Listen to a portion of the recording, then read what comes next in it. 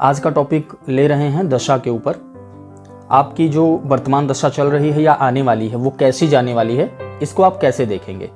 देखिए, सबसे पहले आपको देखना है प्लैनेट की लॉर्डशिप। ठीक है, प्लैनेट की लॉर्डशिप के बेस पर मतलब वो किस हाउस का लॉर्ड है, किस भाव का स्वामी है। उसके बाद उसके प्लेसमेंट को जरूर देखिए, उसके स्ट्रेंथ को देखिए, उस पर बेनिफिक इन्फ्लुएंस है या मेलेफिक इन्फ्लुएंस है। नेचुरल बेनिफिक यहां मैंने लिख दिया है, जुपिटर वीनस ये दोनों होते हैं। मर्क्यूरी अगर शुभ ग्रह के साथ है तो वो शुभ प्रभाव देता है, और अशुभ ग्रह के साथ है तो अशुभ प्रभाव देता है। चंद्रमा के बारे में अगर कहा जाए तो चंद्रमा अगर अपने पक्ष बल में बली होगा तो वो शुभ प्रभाव में होगा, और अगर पक्ष बल में क्षीण होगा तो पापी हो जाएगा चंद्रमा, मतलब अशुभ प्रभाव वाला हो जाएगा। नेचुरल मेलेफिक जो है, जो अशुभ ग्रह है नेचुरली, वो सैटर्न, मार्स, राहु और केतु। अब देखिए, जैसा कि आप एक डिक्टम सुनते आए हैं कि केंद्र त्रिकोण के जो स्वामी होते हैं वो योग कारक होते हैं। ठीक है, लेकिन केंद्र और त्रिकोण के स्वामी भी आपको दशा में परेशान कर सकते हैं। सबसे ज्यादा दशा के लिए जो जरूरी है वो स्ट्रेंथ जरूरी है। अगर प्लैनेट स्ट्रेंथ में है तो वो अपनी दशा अंतरदशा में आपको अच्छे प्रभाव देगा। जैसा कि आप सुनते आए हैं त्रिक भाव कौन से होते हैं, 6, 8, 12, या त्रिशडाया को लेते हैं 3, 6 और 11, ये तीनों त्रिशडाया बोले जाते हैं, ये त्रिक भाव बोले जाते हैं। जनरली आप लोग सुनते हैं कि इसकी दशा खराब जाएगी, ऐसा नहीं है। यहां पर भी स्ट्रेंथ का देखना बहुत ज्यादा जरूरी है। मान लीजिए आपका लग्नेश, यहां पे मैंने मेष लगन की पत्रिका को एग्जाम्पल में लिया है, इसका लॉर्ड मार्स बनता है। मान लीजिए मार्स इसके लिए तो योग कारक है क्योंकि ये लग्नेश है।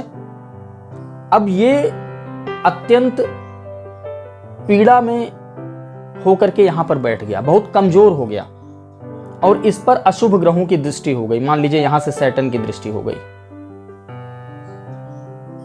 यहां से राहु की दृष्टि हो गई। इस तरह से इस पर पाप प्रभाव हो गया, और इसका डिस्पोजिटर जो मर्क्यूरी है वो भी अच्छे कंडीशन में नहीं है। तो इस लग्नेश की भी दशा आपके लिए अच्छी नहीं जाने वाली। ये आपको डिविएट कर देगा। मान लीजिए आप कोई काम कर रहे हैं, वहां से भटका देगा, लॉस करा देगा, परेशान करेगा।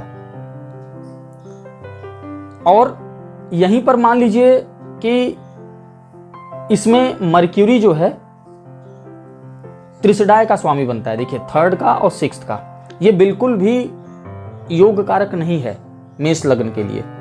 लेकिन अगर यही मरकरी केंद्र में जाकर के बैठ जाए और इस पर शुभ ग्रहों की दृष्टि हो जाए तो ये अच्छा प्रभाव देगा। अच्छा प्रभाव किन मामलों में देगा? देखिए, त्रिशडाय का स्वामी है तो थोड़ा परेशान तो करेगा, लेकिन 3rd हाउस से रिलेटेड जो पॉजिटिव चीजें हैं, 6th हाउस से रिलेटेड जो पॉजिटिव चीजें हैं, उसमें ये वृद्धि कर देगा, उसमें ये अच्छे प्रभाव देगा। आप 3rd हाउस कुछ ऐसा नया शुरुआत आप कर सकते हैं जो कि आपके लिए बहुत अच्छा हो। कंपटीशन में आपको आगे ले जा सकता है क्योंकि 6th हाउस कंपटीशन का है। कंपटीशन बीट करके आप जॉब पा सकते हैं। दूसरी बात क्या है कि मेडिसिन के फील्ड में अगर आप हैं तो वहां पे बहुत अच्छा प्रभाव देगा। ये राजयोग कारक प्लेनेट की तरह काम करेगा।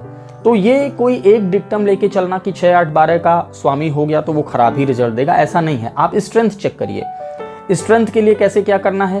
केंद्र में बैठे हुए 1, 4, 7, 10 ये केंद्र होता है, 5 और 9 ये त्रिकोण होता है। केंद्र और त्रिकोण में बैठे हुए प्लैनेट शुभ माने जाते हैं, वो मजबूत माने जाते हैं। शुभ ना कहे जाए, मजबूत कहे जाए, मजबूत माने जाते हैं। इनका स्ट्रेंथ यहां पर चेक करिए। इस पे अगर नेचुरल बेनिफिक की दृष्टि है तो वो उसका स्ट्रेंथ मजबूत हो जा रहा है।